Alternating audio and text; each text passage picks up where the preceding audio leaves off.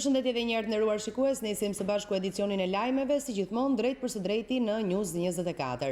Nisi sot viti ri shkollor 2018-2019 për 480.000 nxënës. 32.000 fëmijë ulën për herë të parë në bankat e shkollës.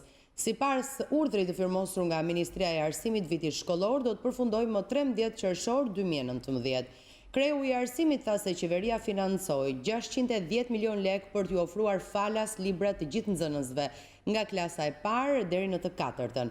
Ne po sjellim atmosferën e ditës së parë nga shkolla 9 vjeçare Kosova dhe shkolla e mesme Partizani, ku ishin gazetarët tan Aurora Golemi dhe Ina Alkanjari. Pushimet e verës kanë mbaruar shpejt. Sot mira nxënës janë drejtuar shkollave. Ne ndodhemi këtu te shkolla 7 Marsi, edhe këtu ka pasur shumë nxënës, kanë ardhur të shoqëruar me prindrit e tyre, shumica me gjyshrit e tyre, ata që kanë përjetuar në fakt emocionet e ditës së parë të shkollës. Më shumë emocione pam siç thash tek nxënësit që do ulen sot për herë të parë në bankat e shkollës. Në klasë të parë. Si quhesh? Senata Ibrahimi. Dhe futëm në klasën? Dhe futëm në klasë të parë. Unë do takoj me mësues e me shoqet. Do i them gëzuar ditën e parë të shkollës. Do mësoj. E ke të vështirë të ndahesh nga mami? Jo? Nuk do të marri fare malli për mami sot? Po. Ndodhemi pranë gjimnazit Partizani, sot ka nisur viti shkollor 2018-2019 për arsimin para universitar. Për sa i përket nxënësve të këtij gjimnazi, më të emocionuar shfaqen nxënësit e klasës së 10, të cilët kanë ndryshuar dhe ambientet shkollore dhe gjenden për herë të parë në bankat e këtij gjimnazi. Lidhur me vendimin e qeverisë për ndalimin e celularëve brenda ambienteve të shkollës, si gjimnazistët ashtu dhe prindërit e aprovojnë, por se sa ky vendim do të zbatohet, mbetet për tu parë. Jemi shumë mirë, se jemi dhe vit parë prandaj, edhe është një vit i ri për ne. Jeni të emocionuar për ndryshimin e shkollës? Pak ndoshta se. Nuk jemi shumë, por pak. Po, për sa i përket teksteve i blet gjitha? Po, gjitha. Gjithë librat ishin. S'mungon asnjë. Telefonin s'besoj se keni marrë me vete sot? Jo, se kemi marrë telefonin, se nga që doli si rregull, që nuk duhet telefoni dhe se morëm. Për sa i përket teksteve shkollore, i keni blerë gjitha? Po, gjitha. Nuk keni asnjë mungesë? Ja. Keni dëgjuar për vendimin e ri të qeverisë që nuk do lejohen më celularët? Po. Çfarë mendoni lidhur me këtë vendim? Mirë kam bërë që ti heq mos përdor. Pak emocionuar, por mendoj se do ja dal. Në këtë shkollë do të ndiqen dy turne për nxënësit apo janë vetëm paradita? Nuk e di, mendoj se është vetëm paradita. Po, për sa i përket teksteve, i keni marrë gjitha? Po. Shumë të emocionuar edhe pse nuk donim të fillonte shkolla, prapë do bëj maksimumin për si vjet. Po librat i keni marrë gjitha? Si për ditë parë nuk merren librat, merren një fletore. Po i keni bler? Po, i kemi bler që të gjithë librat. Po për sa i përket telefonit, do e përdorni këtë vit në shkollë? Si kanë thënë lajmet nuk duhet të merret, po gjatë orës mësimit nuk përdoret asnjëherë. Sigurisht, gjimnazi Partizani është gati edhe këtë vit për të pritur nxënësit e tij. Ne jemi gati në të gjitha drejtimet, duke filluar nga baza materiale, godina, tekstet shkollore, ambientet e brendshme, kushtet higjieno-sanitare, siguria në shkollë, stafi mësimor, gjithçka është gati për të pritur fëmijët. Këtë vit nuk kemi patur asnjë problem me pajisjen me tekste. Besoj se sot mund të marrin tekstet e fundit që mund të kenë mbetur prindërve pa marrë, 100% të kompletuar. Afërsisht janë 850 nxënës, numri mesatar i nxënësve nëpër klasa varion 30-32 brenda normativës. Në fakt ne kemi patur gjithmonë pjesë rregullore sonë brendshme, mos përdorimin e celularit, por për të thënë vërtetën nxënësit, sidomos gjimnazistët, kanë qenë brenda një limiti që e mbanin në çantë, por nuk e përdornin në orën e mësimit. Sigurisht që këtë vit ky vendim na ndihmon për të vendosur ndalesa edhe më të forta në rregulloren tonë të brendshme të shkollës për mos përdorimin e celularit. Sigurisht që unë i bashkohem gjithë komunitetit të mësuesve dhe të prindërve që celulari nuk duhet përdorur në orën e mësimit. Sigurisht që presim që këtë vit sigurisht që do të zbatohet, por presim mirëkuptimin e fëmijëve, nxënësve tanë për këtë gjë.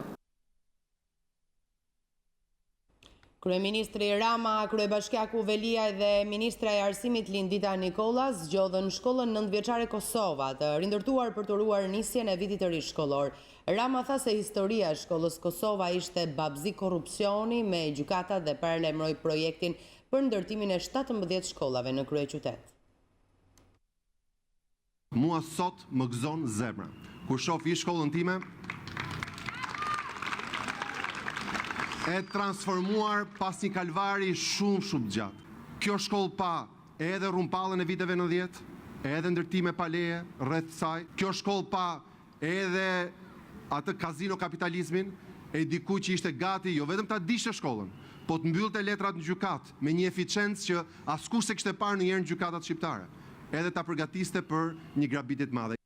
Këtu në këtë truall u ngatruan të gjitha së bashku, që nga babzia deri tek korrupsioni i gjykatave, shkolla u doq, trualli u kthye në mënyrë krejtësisht të paligjshme, pastaj u pren pishat që ishin këtu më parë dhe territori u kthye në një parkim, pastaj administrata e kaluar e bashkisë e vurin plan të ndërtonte pallat dhe pastaj më në fund ky makth mbaroi me ndryshimin në Bashkinë e Tiranës dhe me futjen në rrugë të projektit të ri që sot nuk është më një projekt në 3D, po është një realitet përpara syve tanë. Baza e një transformimi rrënjësor të arsimit pas aq shumë vitesh rënim dhe kaos është vendosur. Më vjen shumë mirë që brenda pak javësh, së bashku me Bashkinë e Tiranës, ne do të fillojmë projektin e madh të 17 shkollave të reja. Sot në Shqipëri, në fakt, janë 10.000 nxënës që përjetojnë të njëjtin emocion, fal investimeve qeverisë shqiptare në shkolla të reja, dhe unë, duke ju thënë ju gëzuar shkollën Kosova, do doja në fakt me urimin e zemrës të drejtohesha atyre fëmijëve, atyre nxënësve, atyre mësuesve që ende këtë vit shkollor nuk kanë fatin për të filluar në një shkollë të rikonstruktuar me angazhimin dhe me zotimin që ne do të vim drejt atyre sepse vëmendja jonë është totalisht për të mundësuar histori të re në infrastrukturë në të gjitha shkollat e vendit. Ndërkohë 16 mësues të një shkolle 9-vjeçare në Çerme Sipërmen në Lushnjë nuk do të startojnë vitin e ri shkollor pas janë pezulluar. Gjykata e Lushnjës pranoi kërkesën e prokurorisë për pezullimin e tyre pasi në bashkëpunim me njëri tjetrin falsifikonin numrin e amzës dhe pajisnin me dëftesa persona të cilët nuk frekuentonin shkollën. Mësuesit do të hetohen për akuzat shpërdorim detyre dhe falsifikim i dokumenteve shkollore. Banorët e fshatit Boçov në Fier protestuan sot ndërkohë për mbylljen e shkollës dhe zhvendosjen e nxënësve në një tjetër shkollë. Banorët thonë se kanë dorëzuar peticion pranë drejtorisë arsimore, por nuk është marrë parasysh.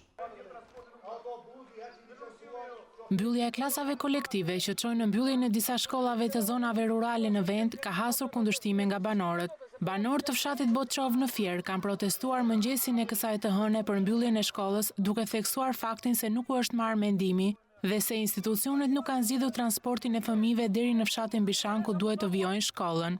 Ata shprehen se kanë dorëzuar edhe një peticion pranë drejtorisë arsimore për mosmbylljen e shkollës. Një orë duan vetëm unë atjen atë, me çunin atjen, kem. Vetëm unë Bishan kem atjen. Se kemi kushtet fakt. Atjen. More me firmat e gjithë prindërve që nuk duan të mbyllet shkolla. Dhe më mbrapa kanë bërë kurth. Drejtori me gjithë mësuesit e tjerë, kemi çuar peticion në drejtorinë arsimore. Dhe drejtoresha ka ardhur këtu dhe pasi erdhi drejtoresha tha që dakord, prindrit e dinë. Unë jam dakord me juve, po se në fillim u derdh gjak që u hapën shkollat. Juve po na e mbylli me gënjeshtra. Ndërkohë drejtori i shkollës Aristil Milo ka thënë se pjesa më e madhe e prindërve kanë qenë dakord për transferimin e fëmijëve të tyre në shkollën e Bishanit dhe se kjo gjë është deklaruar me shkrim dhe e firmosur nga vetë ata. Kemi menduar që mos të bëjmë me klasa kolektive. Bishani shumë afër 2 kilometra gjysmë, aty shkolla është model. Unë kam të gjithë 22 prindër. Prindrit tash kush është prindër të fëmijëve? Ja, janë firmosur. Sot pas mesnatë hyri në fuqi aplikimi I tarifës për qarkullimin në rrugën e Kombit për të shmangur vonesat gjatë pagesës apo radhët e automjeteve në dispozicion të drejtuesve janë 10 sportele, ndërsa banorët e qarkut të Kukësit do të kalojnë në korsi të dedikuara. Në sportel do të bëhet verifikimi I targës dhe banorët lokal do të përfitojnë tarifën e reduktuar prej vetëm 100 lekësh me të vëshë. Gazetari Unerion Skëndaj ishte në Kukës dhe na sjell informacion më të detajuar përmes intervistave që do të shohim tani. Shohim që ka qetësi në sportele, aktualisht janë vetëm 2 automjete që sapo kaluan traun. Tek biletaria, ata janë detyruar të paguajnë që prej orës 12 të ditës sotme tarifën 5 euro ose 6.600 lek e përkthyer në lek shqiptare. Korsia e dedikuar për banorët e Kukësit është korsia e parë. Atje banorët e Kukësit të cilët do të parapaguajnë për hyrjet dhe daljet tek trau, sa herë që kalojnë, do të paguajnë vlerën 1.000 lek. Kjo vlerë është edhe për autobusin që bën linjën Kukës-Tiranë dhe Tiranë-Kukës. Kemi parë prezencë të shtuar të forcave të policisë, kryesisht forca të ndërhyrjes së shpejtë. Na bëjnë me dije që një numër forcash ndodhen dhe tek ura e Drinit. Protesta nuk do të mbahet këtu ku ndodhemi dhe këtu ku realizua në datën 31 mars protesta që përfundoi edhe në dhunë dhe përplasje. Por protesta e sotme do të jetë një protestë e shoqërisë civile dhe do të mbahet në qendër të qytetit Kukësit. Protesta për ta shkulur traun që ndan Kosovën nga Shqipëria dhe gjithë shqiptarët. Po protesta pse në Kukës dhe jo këtu? Do të jetë si vend grumbullim aty, sepse siç e dini Kukësi ka qenë shtet rrethim këtë ditë. Qytetarët janë intimiduar. Disa prej tyre janë akaparuar nga vetë kryeministri, ka qenë I klim terrori dhe sigurisht që ne do të shkojmë atje të shikojmë se si është gjendja dhe do marrim vendimet e duhura, por pagesa është fituar vetëm një betejë, se ne nuk dolëm protest për të negociuar për çmimin, por për të hequr traun. Është fituar një betejë që është ulur çmimi për qytetarët e Kukësit, por nuk ka mbaruar, vetëm ka filluar kjo luftë. Ne në fakt kemi intervistuar edhe një qytetar të Gjakovës, I cili ka një biznes në Shqipëri dhe që tregonte se si vet ai e ka ndjerë peshën e taksës. Po për ne pak një ngrakesë, për arsye se o thojmë goxha shumë. Unë jam nga Gjakova, e kam një biznes në Prishtinë, o thoj për çdo 2 ditë. Tani nga Tirana, Prishtinë, edhe kjo ngrakesë për më duket I çike tepër. Kanë filluar vetëm fillimisht edhe ikjen në Bregdetin malezes. Kjo jo e mirë për popullin shqiptar. Zgjidhja më e mirë ta kemi një lehtësi për personat të cilët të thojmë më shpesh. Qeveria na takson, për zemra na bashkon. Dhe ne nuk mund të rrim për të shkuar në Kosovë. Unë do të mendoj anërisht po, me vu taksen, pa di çfarë takset, çdo makinë që vjen nga Republika e Kosovës, më I dhon ka një euro e më thon faleminderit o shqiptar të Kosovës, që erdhi kjo ditë e bekume me ardhën në Republikën e Shqipërisë, një ëndër mijëvjeçare. Jo më na vu taksa. Të merr. Koncesionari që ka marrë nën administrim rrugën e Kombit do të bëj edhe lehtësi në pagesë, lehtësi në tarifim për gjithë ata përdorues të shpesh të kësaj rruge. Kush e përdor këtë rrugë mbi 20 herë do të ketë ulje, mbi 30 herë do të ketë ulje dhe deri le të themi përdoruesi më I madh që do të ketë maksimalen e përfitimit janë ata që do ta përdorin këtë rrugë 60 herë në muaj. Tani Erion Skëndaj ndodhet në Kukës, aty ku paralajmërua grumbullimi dhe protesta e shoqërisë civile. Do të lidhem menjëherë me të. Përshëndetje Erion edhe një herë. Përshëndetje Ola. Në fakt, unë jam në qendër qytetit Kukësit, pikërisht para Pallatit Kulturës, aty ku dhe shoqëria civile kishte lajmëruar mbajtjen e një proteste në orën 11 kundër tarifës së rrugës Kombit. Ora është 11:01, tani ka filluar pak lëvizje, duket ka një atmosferë të vakët për hir të vërtetës, ka shumë pak qytetar, ndërkohë që krejt ndryshe nga protesta e datës 31 mars ku besoj se përmes pamjeve e gjithë Shqipëria pa se çfarë ndodhi tek Trau, aty ku koncesionari që ka marrë në administrim rrugën e Kombit vendosi për herë të parë tarifën dhe tarifë që u shtyhe u shtyt deri më sot për të rregulluar pikërisht mënyrën e pagesës për qytetarët e Kukësit, të cilët nga sot, nga ora 12 e natës kanë filluar të paguajnë nga 1000 lekë të vjetra për çdo kalim të traut të koncesionarit. Por ajo që mund të themi është se sot deri në Kukës qyteti i Kukësit është shumë i qetë. Është vërejtur një përqendrim i forcave të ndërhyrjes së shpejtë apo jo? Absolutisht. Në hyrje të Kukësit 2 kilometra larg qytetit mund të jenë rreth 10-12 automjete të furgonat FNSH-s dhe gjatë gjithë gjatësisë nga tuneli, pra ka përqendrim të forcave të FNSH-s në hyrje të tunelit të Kalimashit, në dalje të tunelit, ka përqendrim të forcave të FNSH-s tek trau i koncesionarit, pra tek biletaria, dhe tek 2 kilometra pra pranë një ure, pranë urës së Drinit, diku 2 kilometra larg Kukësit, ndërkohë që në qytet ne nuk kemi parë prezencë të shtuar, përjashtuar një furgoni të FNSH-s që qarkullon dhe monitoron situatën dhe disa automjeteve të vogla të policisë rrugore, ndërkohë që ka shumë postobllogje të policisë rrugore gjatë gjithë gjatësisë, nga Tirana deri në Kukës. Ne kemi numëruar të paktën 10 ndalesa të policisë rrugore. Por ajo që unë po them në këto momente është se këtu në Kukës, ku ishte lajmëruar protesta, sot ka shumë pak qytetar, aktivistë shoqërisë civile që po protestojnë, ata janë pas krave të mi, ne do provojmë që t'i afrohemi, sepse më duket se do të ketë edhe një deklarat nga një prej aktivistëve, ai është Aulon Kalaja, ne kemi transmetuar edhe një mini intervistë të tij teksa po kalonte traun. Alon ka filluar protesta zyrtarisht? Do bëjmë një deklarat për shtyp që t'jenë edhe mediat gati. Okej. Prandaj dolim edhe. Mund të filmojmë të pamjet. Gati? Gati.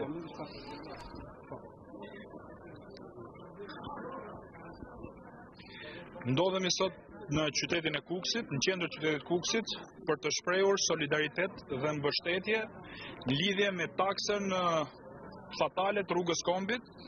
Me sa duket kryeministri Rama nuk zuri mend nga protesta 31 marsit dhe e ka rikthyer atë, sigurisht më shtrenjtë për qytetarët shqiptar, por kuksianët kanë fituar vetëm një betejë dhe jo luftën, duke e ulur paksa çmimin, po ndërkohë sot raportohet media që ka pasur probleme edhe te trau, qytetarët Kukësit kanë paguar po ajsa qytetarët e tjerë. Në fakt ne në protestë nuk dolëm për të negociuar çmimin, por dolëm kundër traut që ndan Kombin. E paguajtëm sot këtë taks për të ardhur në Kukës, por ju premtoj dhe ju deklaroj që kjo taks do të vi koha shumë shpejt që nuk do të paguhet më. Jemi këtu për këtë deklarat për shtyp, për të njoftuar se do të ketë protesta në vijim, protesta që do të vinë edhe në kryeqytet para kryeministrisë, edhe në Kukës, dhe për të përgatitur për një protestë finale, siç ndodhi edhe në muajin mars. Sepse edhe në muajin mars, nëse ju kujtohet mirë, nuk ishim që ditën e parë protestë, disa kuksiane paguajtën taksën, disa shqiptarë të Kosovës apo nga gjithë Shqipëria e paguajtën taksën, por erdhi një moment mbas 4 apo 5 ditësh që mori përgjigjen e merituar i gjithë ai tra që ndante Kombin për gjysmë. Pra jemi këtu edhe një herë tjetër, janë qytetarë cilët kanë ardhur jo vetëm nga Kuksi, që kanë dalë nga shtëpitë e tyre, por kemi qytetarë nga Tirana, nga Durrësi, nga Fushkruja, nga Elbasani, nga Mamurasi, qytetarë që vinë edhe nga Kosova, madje takova këtu, për të takuar fillimisht me kuksianët dhe për të vendosur në një kuvend që do e bëjmë për pak se cilat do të jenë hapat e radhës për të kundërshtuar taksën e rrugës Kombit. Sigurisht që kemi dhënë fjalën që në fillim dhe gjaku nuk bëhet ujë, kështu që ai tra do të rrozohet. Aulon, si shpjegoni faktin e pjesëmarrjes së ulët? Në fakt sot ka qenë një organizim i paorganizuar, më lejo ta them të shprehje, sepse sot ne kishim vendosur që të takonim qytetarët kuksian, të bisedonim me ta, se siç e dim Kuksi ka qenë në shtatrrethim. Vete keni raportuar, ka 5 ditë, edhe sot që po themi, mu desh nga Tirana për të kaluar 9 postobllogje policie. Gjithë Kuksi edhe lagjet janë edhe në përferra civilet, është i monitoruar nga forcat e Renea. Pra në këto kushte të shtatrrethimit, sigurisht edhe pjesëmarrja do jetë e pakët. Por nga ana tjetër nuk është se u njoftua një protestë, po themi. U njoftua që ne do të takonim qytetarët kuksian për të vendosur bashkë me ata do të jenë ata të parë dhe ne në shtetet e tyre, si shoqëri civile, si aktivistë përpjekur, si shoqëri civile pa korruptuar, sepse ata që marrin miliona dhe projekte për t'i dalë ballë protestave rrinë të Rogneri dhe të Sheratoni sot, ndërkohë që ne kemi marrë rrugën për të ardhur për të takuar me kupcianët, kështu që unë nuk mendoj që kjo është një protestë, ky është një takim. Ne për simbolik kemi vendosur edhe këto pankarta këtu, do të bisedojmë me qytetarët kupcian dhe hap pas hapi do të marrim vendimet e duhura se cilat do të jenë po themi mënyrat për të protestuar. Janë 200 lloj mënyrash për të protestuar. Një pyetje të fundit. Si e shpjegoni faktin që mungojnë deputetët? Jo.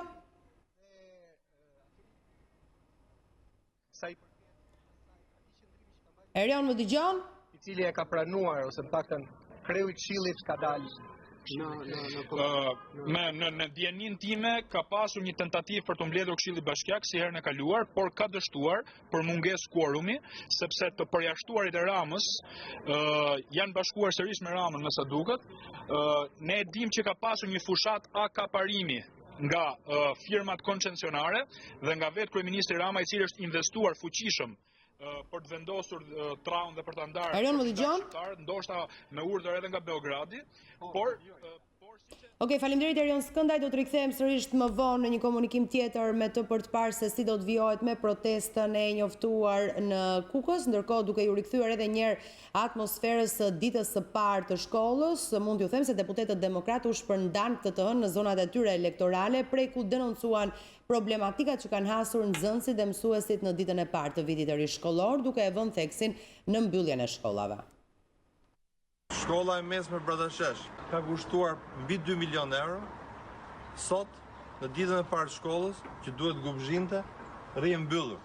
Çështja Lorice e këtij oborri flet më shumë se çdo deklaratë pompoze e kryeministrit apo e ministres së arsimit në këtë ditë parë të fillim vitit.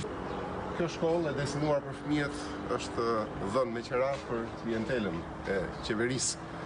Sot, këtë shkollë Edi Rama mund ta kishte kursyer, por jo, e ka vënë në rreshtin e 9 shkollave që kanë mbyllur në rrethin e Lezhës. Është një shqetësim i jashtëzakonshëm dhe për mësuesit dhe për prindrit, se ku po i arsimojnë këto fëmijë, po që themelohet kombi dhe po braktisë çdo ditë më shumë Shqipëria. Arsyet pse këto shkolla janë mbyllur janë shumë të qarta. Janë dështimet e kësaj qeverie në bujqësi, në infrastrukturë, të cilat kanë sjellur largimin e qytetarëve shqiptar nga Shqipëria. Sot janë plot 500.000 qytetarë shqiptar të cilët janë larguar.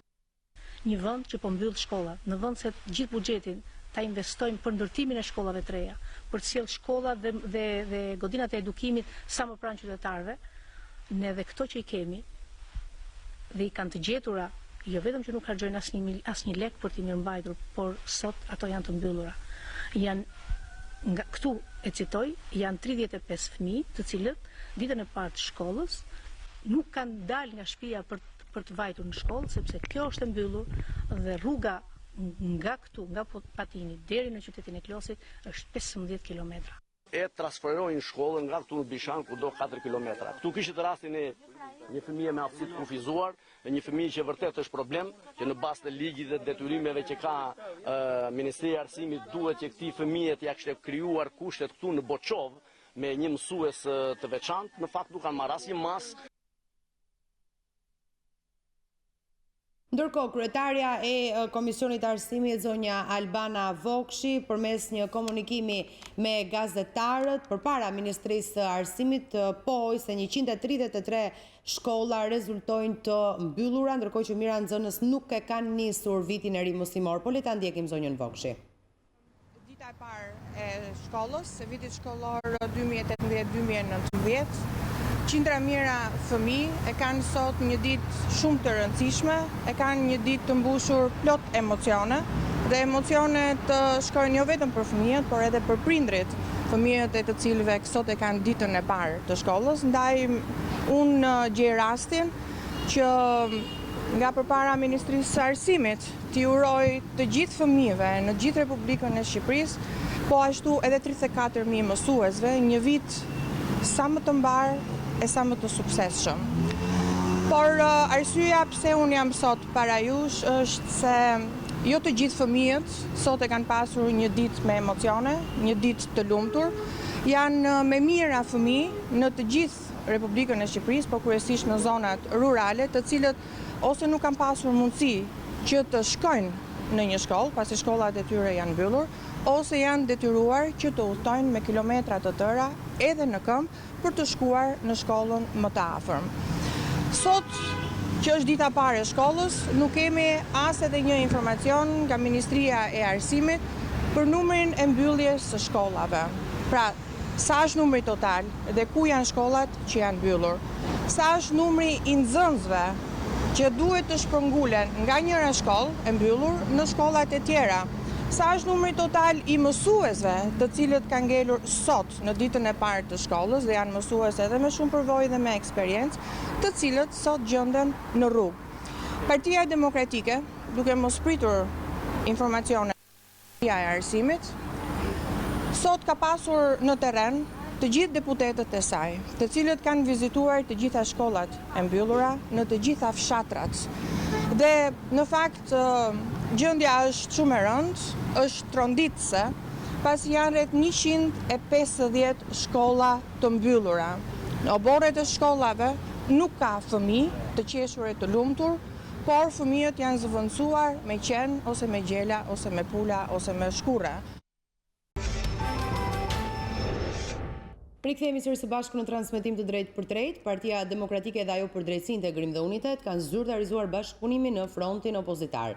Me kalimin e partisë që drejtohet nga shpëtimi Idrizi, sipas kryetarit demokrat Lulzim Basha, opozita forcohet akoma më shumë, ndërsa Idrizi pranoi se bashkohet me opozitën për të qenë kundër një qeverisje arrogante. Deri një vit më parë, Lulzim Basha dhe shpëtimi Idrizi ishin pozicionuar në llogore të kundërta politike. Ndërkohë që këtë të diel ulën përballë njëri tjetrit, si dy politikanë që i bashkon oponenca kundër qeverisë Rama dhe për të zyrtarizuar bashkimin në koalicionin opozitar. Për kryedemokratin Basha, me afrimin e PD-s, opozita forcohet më tepër. Të largojmë një orë më parë aleancën e pushtetit me krimin që ka zaptuar qeverinë, parlamentin, institucionet e drejtësisë, policinë, të çlirojmë vendin nga sundimi i bandave dhe, sikundër diskutuam në detaje, të ofrojmë vizionin tonë për një Shqipëri me një ekonomi të fortë e të zhvilluar të mundësive për gjithë. Idrizi ka pohuar shqetësimet e opozitës për rritjen e kriminalitetit në vend dhe arrogancën e mazhorancës, por miraku më i madh i tij ishte qasja ndaj çështjes Shame.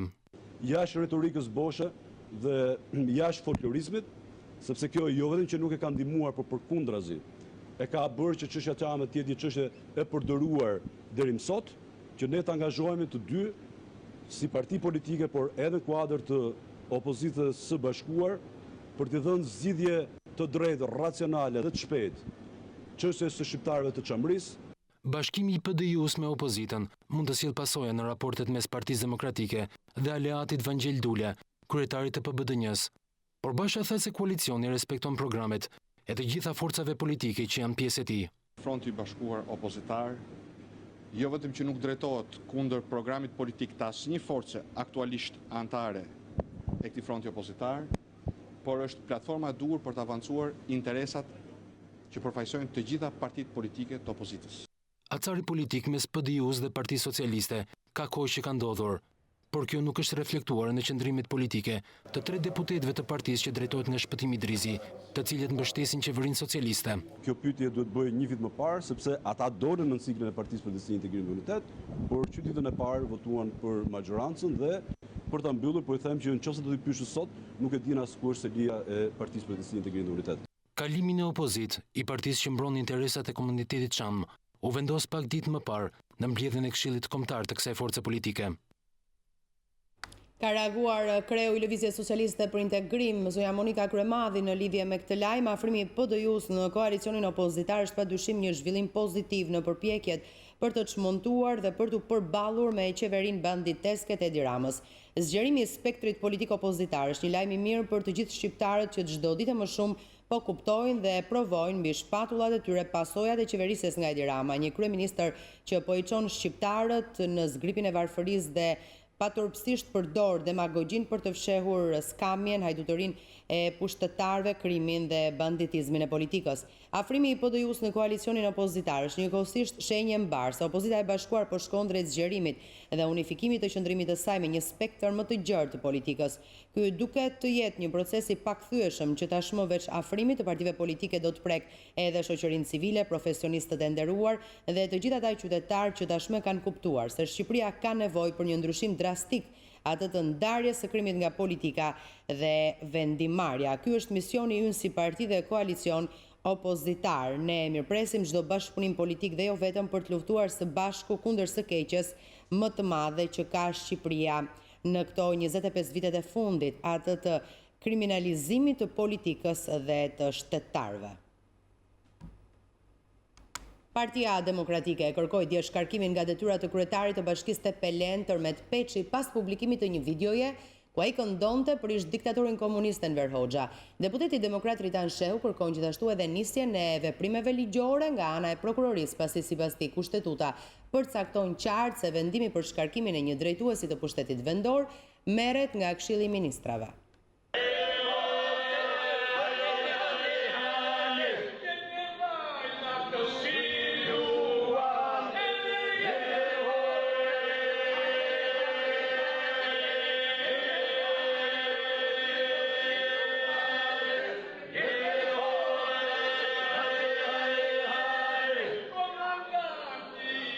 Kjo këngë për diktatorin komunist Enver Hoxha mund t'i kushtoj shtrenjtë Tërmet Peçit. Kryetari i Bashkisë Tepelen ka kënduar së bashku me golikun e famshëm të Bëngjes, vargjet që i thonin lavde, ish udhëheqësit komunist.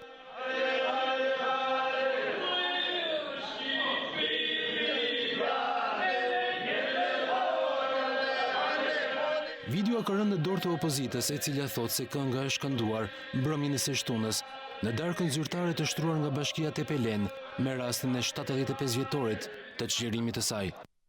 Demokratët kanë kërkuar të merren masa drastike, të cilat mund t'i lëkundin themelet e pozitave të tërmetit, kreu të Bashkisë Tepelen.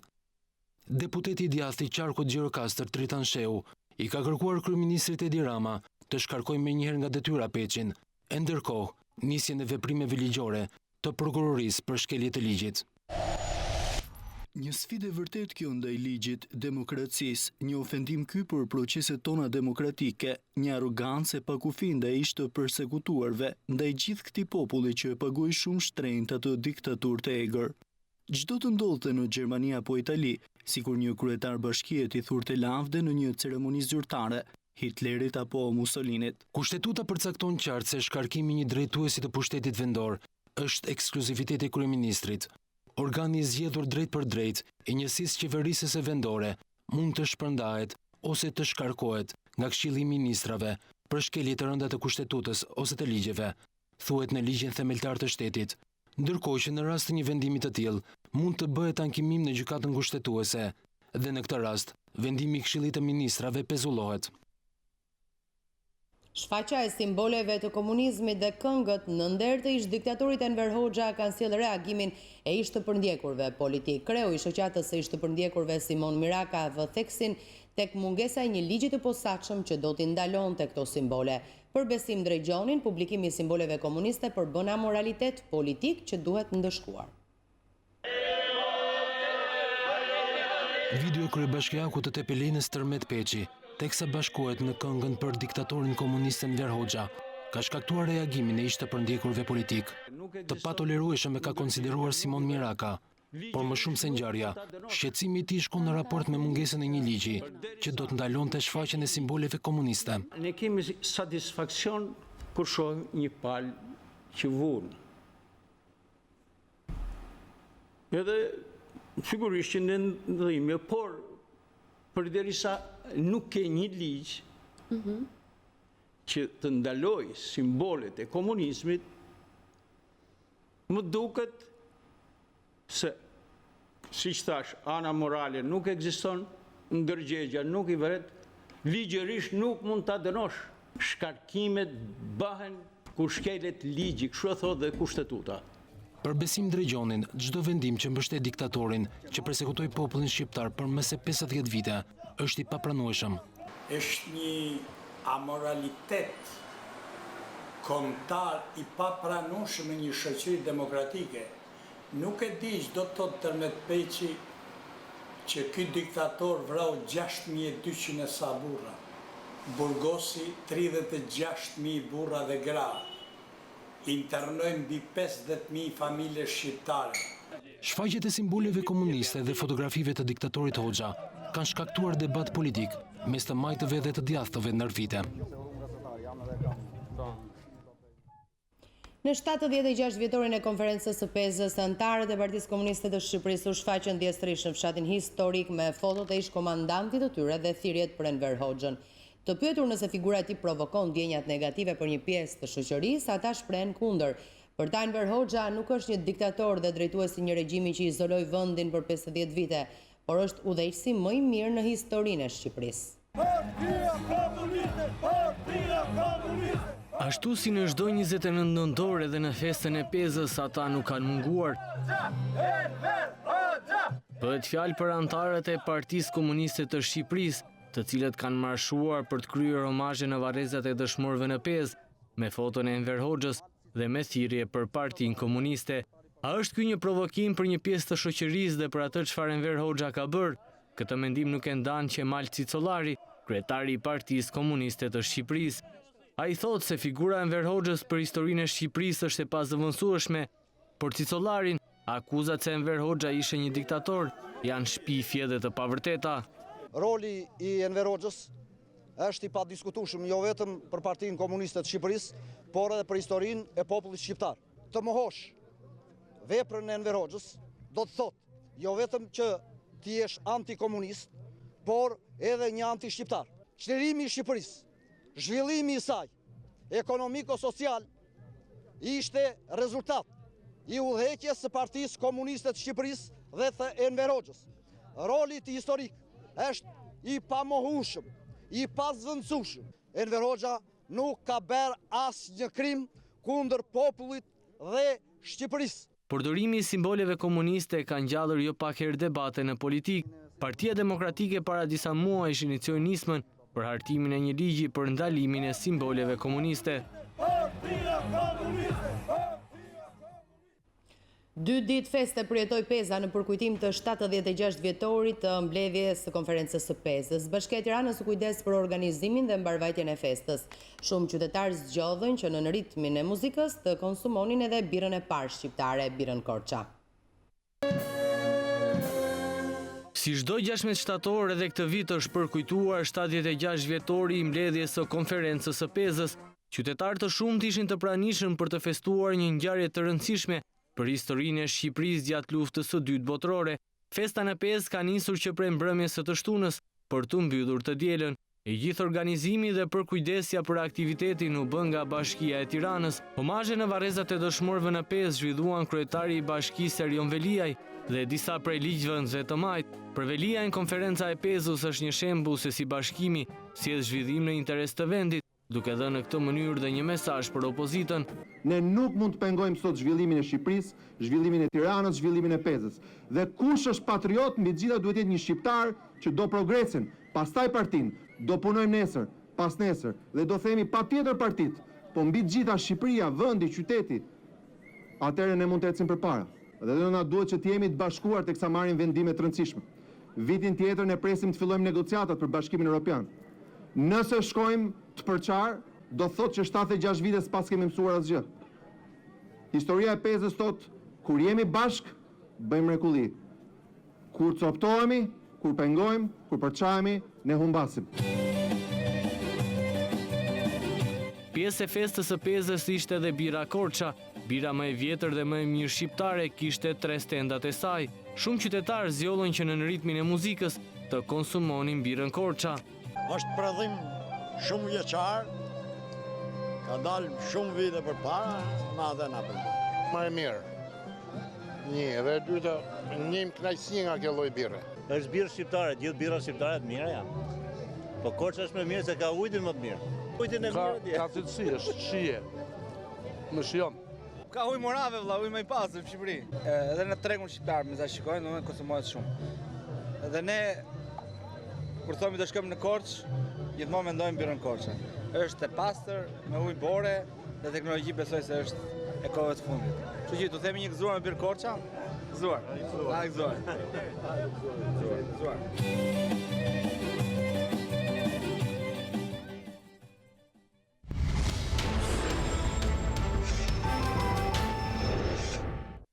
Shkatërohet një grup kriminal në Itali i cili trafikonte kokainë kryesisht në qytetin Gallipoli. Mes 11 personave të arrestuar janë 6 shqiptar dhe 5 italian, të cilët akuzohen për financim dhe shpërndarje të trafikut të lëndëve narkotike.